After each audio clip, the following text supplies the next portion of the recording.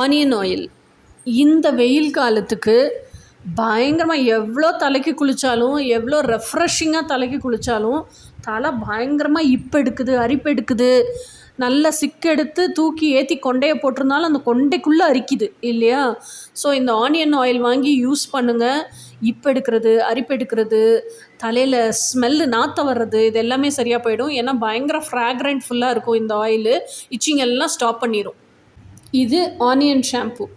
Onion ஷாம்புங்கிறதும் onion ஆயிலுக்கு ஈக்குவலாக 4 வாஷில் உங்கள் dandruff இந்த பொடி பொடியாக உதிரும்ல, வெயிலுக்கு வேர்த்து மண்டைக்குள்ளே அழுக்கு சேர்ந்து அதுவே ஒரு இன்ஃபெக்ஷன் மாதிரி ஆகி தூள் தூளாக வச்சுருக்கும் மண்டைக்குள்ளே.